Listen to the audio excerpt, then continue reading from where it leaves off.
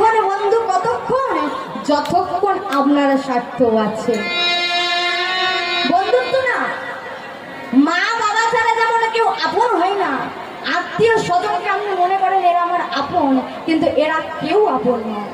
আপনে কতক্ষণ, যতক্ষণে পারফিউমের বোতলে পারফিউমটা যতক্ষণ।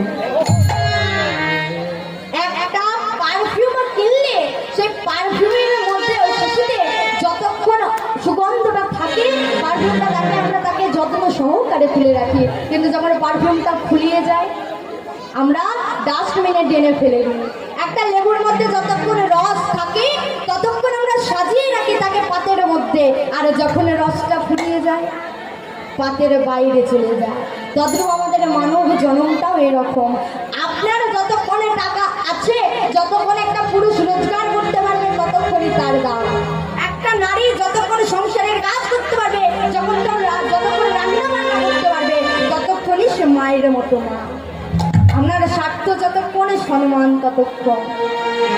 আজ মান্নাদের কণ্ঠে কত সুন্দর একটা গান লিখেছে। কি বলছেন? বলছেন আমি যে